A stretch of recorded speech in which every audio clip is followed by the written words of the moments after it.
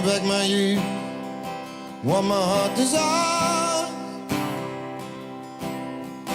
It's really foolish, keep my pride.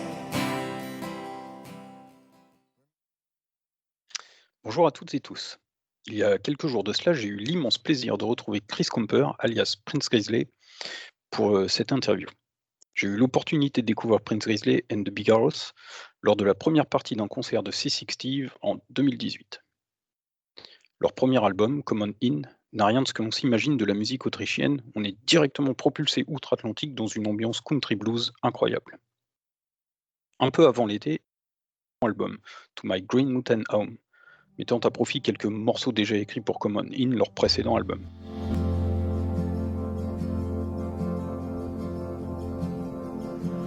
I know lightning comes with the storm, swallowed fire since I was born. Iron bands, but I'll never bow. Les titres sont fondés dans les racines de l'ouest de l'Autriche et mettent en évidence ce qui a fait le folk country blues américain. Un environnement de forêt, de montagne, une vie simple, rude, qui lui inspire l'écriture au sein de l'amour familial. Si ça n'est déjà fait, allez découvrir leur répertoire. Je vous mets les liens en description ci-dessous. Et n'hésitez pas à laisser un petit pouce pour aimer cette vidéo.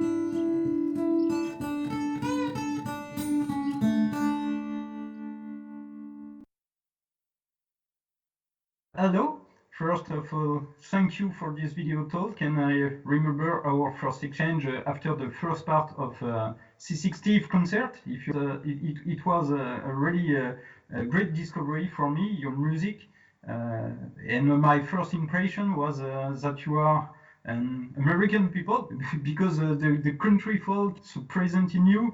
Until I heard you talking with your band in Austrian, and I was surprised about this. Your music is unbelievable.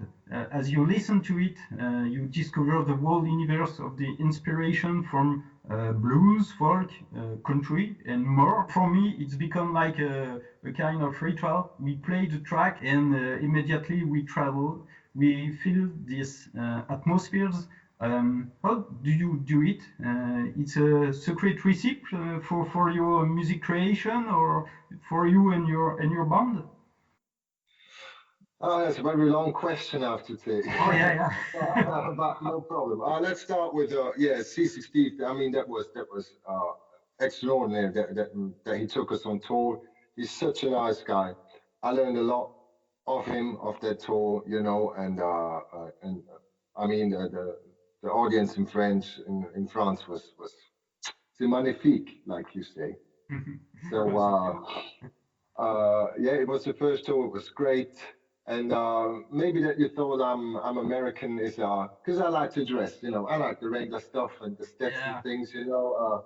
I'm pretty much into it. Not that we don't have any good clothes in Austria, but I like you know, the regular stuff and things. And I was raised on American and English music, you know. I never listened much to any German-speaking music. So in my home there was always some Bruce Springsteen, John Fogerty, what else? Status Quo. It was just English music. So I have a pretty good ear for that, you know. So it came naturally to write in English and sound like that, because yeah, that's what I heard my whole life, you know. And I don't know why it's so easy for me to express my feelings and the stories I want to tell in English. You know, it's harder to do in German. If I want to write a German song, I really have to I don't know, to think about it a lot, and it's way more complicated than in English for me. So yeah, that's why this whole American and English thing came together. But I think there's a lot of my home in my music as well, you know. So it's not all just a copy of the great music that I listen to. It's as very much of my home in me, and also in the lyrics, you know. But it's like, you know, when I look out my window, there's just mountains and the forest. So maybe, you know, that's the same in the States as well, you know. So if you sing about the mountains and the forest, you know, or Yeah. trees and whatever, it's the same, you know. Yeah, It's yeah, just, I understand. it's just, but it's on a completely different area in the world. So, so maybe that's also why it sounds so American, you know. I get. Okay. Of course, the instrument have a lot of do with it. The pedal steel, the mandolin, accompany the more classical play with guitar and percussions. Where does this inspiration from? It's not really a standard classical instrument in Europe, maybe in Austria, but No. I don't know. I'm not sure. No, it's not a very common instrument, and Yeah. it's always funny when we do shows in Austria. The people go to my pedal steel player Johannes and ask him, "Oh, what kind of instrument is this? Is this like some kind of a keyboard or something?" So Yeah. once he was even there was a little boy coming after the show, and he said to him, "Man, I really like you're a good DJ, you know." So he thought this kind of. No. So we always have to explain about that instrument. But when I started uh, going like doing the Prinz Grizzley thing, it's a solo project. Formally, normally, you know, there's the backing band are the Beargaroos. It's your Johannes, a bass player, and the drummer Andy and Claude. And when I started it, when I started to record the first album coming in, I didn't have a band, you know, so I just went in the studio and worked on it Okay. and used another drummer and just some other pros that were around to play the stuff I heard and I wanted to have on the record. And so we came like, and coming in is a bit more country, I think, or a bit more slow and open than the new record. And so I really wanted to have a pedal steel on it. And so there was nobody around who played it, you know, what I knew in Europe. So I bought one for myself, tried to figure it out how to play, but in about a month I was like, oh no, it's not going to work. I'm not going to finish that record in, I don't know, 5 years. But so I just, I'm really in love with Daniel Romano. Maybe you know him. Yeah, And yeah.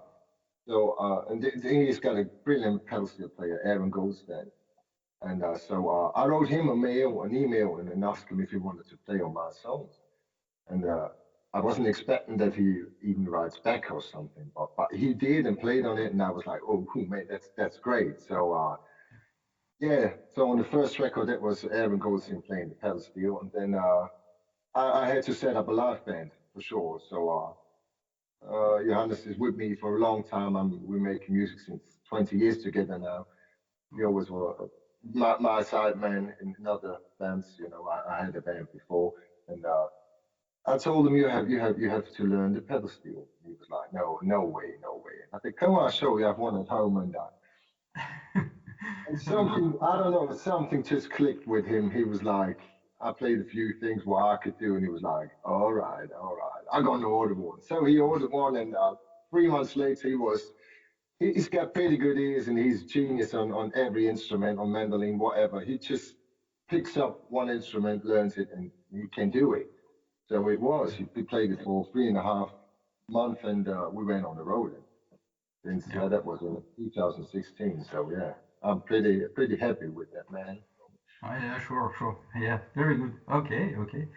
And also for the band, you post some video on your YouTube channel dedicated to your music, and they are very rich in emotion. And you tell your songs were enriched with the beautiful landscape. You speak about the forest and the powerful graphic scenes in the video.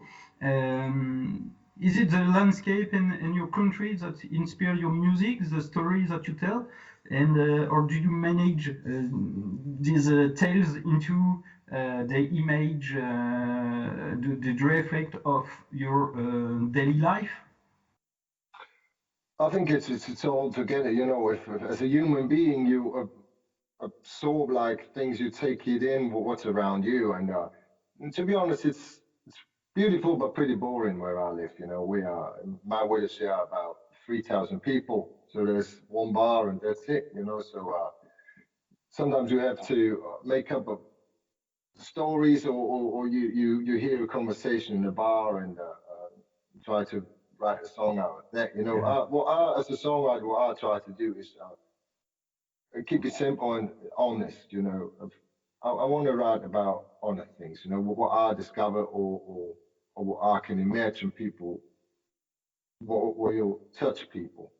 You know, so and it's all about feeling as well. You know, that's that's human being. You want to feel something, and I think music should do something in you. Otherwise, it's not good. So it's really pretty, yeah. Okay, if we speak some words about your new album, is out the same day of my wife birthday, so it's Ah. ready. So it's to my Green Mountains home. Well, it's that my opinion, both musically and vocally. In fact, it's absolutely great, I think. Did you change your way of working when you work with your band and yourself for in your writing and for memory and story? This album was more. It came together pretty easy because I had so much songs written for it. It were like about I had to choose out of 60, I think, 60 Right. songs I wrote. Yeah, between coming in, the release of coming in, and but it's finally we went to the songs. We played live a few times. So because we had a producer, Bo Bedford from Dallas, Texas. I don't know if Okay. you're familiar with the Texas Gentleman, that band. Check him out, great. So he came over for 2 weeks to Austria, went in the recording studio and recorded it there. So we had to move on quick, you know. So we couldn't work on the song for about 3 days. So I was like, we decided to take the 20 songs that we already played live a bunch and record them, you know, so that we Oh could yeah. move them Yeah. forward.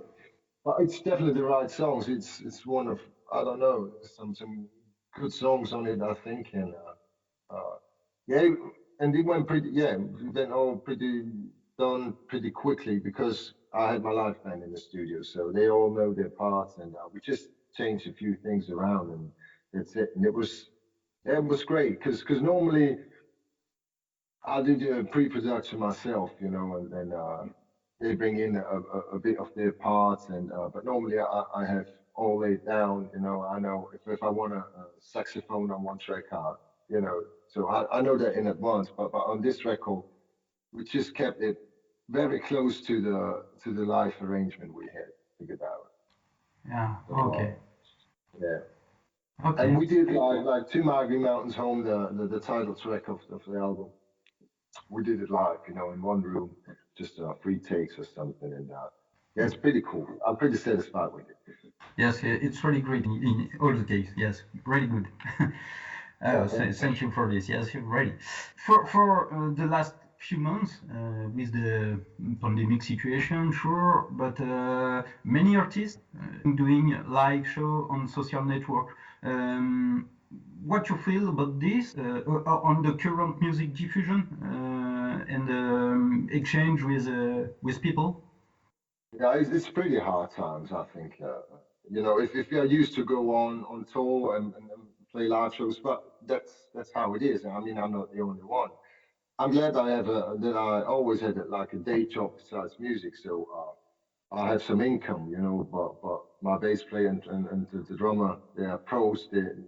Uh, they are both jazz players, so they have from one day to the other they don't have any income. So it's hard for artists, you know, and all these live shows on the internet. It's like I don't know, I don't get it. It's not for Yeah. me. I don't. I mean, it's good if you live if you only have to live through music, you know, or on music. It's I understand it, that you charge the people that they can watch you singing into your mobile phone. But mostly the sound is not good, or I don't know. I don't get it. But it's not me who decides if I should do it. No, so but I won't stay. I will stay away from that as good as I Okay. can. Because I'm in the lucky position to have an income. I mean, Yeah. I go to work every day, so yeah. On the other hand, yeah, I miss playing shows a lot, and it's like always hard. If you artists release an album, normally you tour, you sell them, and you finance the whole thing, and that's not the case at the moment, but hopefully it gets better. We had a few shows. We played like a car concert, in front of cars. That was fun, all right, but it's You know, in my area, I sell I sell out like 250 seats. So if I'm Yeah. supposed to play on the 50, because there are only 50 now, I mean, the venue doesn't make any money. I don't make any money. So I think it's better if we wait a bit. Try to get this pandemic, yeah, get over this pandemic thing and all stay healthy and wait for our day to return on the big Sure. stages. And Yeah. Sure. I mean, Yeah. it's hard for artists, but it's also hard for all the sound engineers, for everyone, because I don't know if they get as much government support as the artists do. So Mm-mm. Yeah. could be worse, I'd say, for me. For me. Yeah. Yeah. I understand. Yeah. Sure. Okay. Personally, also, I particularly appreciate the platform left by the choice of the format for music, for the proximity also with the artist. For example, Bandcamp on the disc, you use it. I'm not sure, but you say that you produce yourself your music, and which solution is for the future or now for the music distribution model? What the next steps for this? Do you want to know what's the best thing to do for the future for the music business in whole, or what? Yes, I think and for you in particular, yeah. for me, I mean, Yeah. I'm free as a bird. I have to do everything by myself. I booked the show. I even booked the C6 Steve tour on my own. I booked every hotel room. I did Okay. all the touring stuff. I was my own tour manager. It can be done now today. So nowadays you have all these, like you say, all these platforms, Yeah. like it be booking.com to do your hotels, and it's all easier, but it's all so much more work, so much more time. You have to focus on other things than music. So you have to be a bit aware of where you're sticking. What shall I do next, and where you put your, I don't know, your time and strength in. But the Bandcamp is great, I have to say, because it's a fair deal. You get your money, they get their money, and it's all very how shall I say, it's very open. You can see how much is sold and how much money you get. It's all safe. So Bandcamp is great. Spotify, Yeah, I sure. don't know. Spotify is like, yeah, it's Yes, great. it's my I mean, opinion also. Yeah. it's a good promo tool, for me as an artist, and but you also have to focus on that and do some posts wherever you mention them, and as long as you are not on the big Spotify playlist, it's worthless to think about. You're making so little money on Spotify. Mhm. That's crazy. If I get Yeah. played in the radio in Austria, I get played a bunch. Uh, it's unbelievable how much the difference is. It's I get 10 times what I get on Spotify or more. I don't know. They should, if Spotify just, I don't know, give more money to the artists, Mm. or let the people pay more, but they pay. I mean, for €10, I'm like a child of the '80s. I was born '82, and we used to go and buy CDs. And one CD was like, I don't know, in that days, €15. And now you can, for €10, you can have the whole world of music on your phone. That's crazy. So people, I don't know, it lost a bit of the value of music, I think, gets lost through that because it doesn't cost anything. Oh, all right. Why should I listen to the whole album if I can just listen to one song? I don't know. Yeah, it's hard. very. There are some good things about it, and there's some really bad things about it. Yeah, in accord with you in this the process to make music yourself, and I think it's a good way and probably the better way now. Yes, for the exchange and for the distribution. Yeah. Okay. So if I'm not too invasive with you, what does music mean for you on daily basis with your loved one in your family and friend, for example? What? I mean, music, it means everything. I'm into it since I don't know, 14, 15. And I always work day jobs, for now 25 years. And I never was about at the stage where I said, all right, I quit it. It's not worth it. It's not. Look, I'm not in it for the money. I'm in it because I like to do it, and it gives me great joy to be on the stage or to go in the studio and or write songs. That's my thing. I love to write songs, So that's why I'm doing it, and it's with family, work, and everything. It's time management and a good wife. You need a good wife. Really It good. shows you some time, It's Yeah. But it means a lot, and it will always mean a lot. Okay. It's part of me. It's part of me. I can't just switch it off. I think. Okay. That won't. Really good. I won't. So sure. As a conclusion for you, what's your next project? What conclusion? What I'm doing next is sit out this whole pandemic thing. Not try to think about too much about live shows. Just let it be what it is at the moment. And I'm already demoing some new stuff, and I recorded some stuff last year in December, so I'll try to work on that as well. So yeah, I'm work on music, record it now if the time to it or for it, and then we'll see what happens next. Okay. So, And I can spend some quality time with my family as well. I just got a yeah. little son back in March. We got another baby, and Sure. Yes. Yeah. So Okay. Thank you so much. thank you so much for your time and for your questions and everything, and for your interest in my music, man. That means a lot to me. Yeah. Thank you so much. Thank you. Thank you also. At his wall.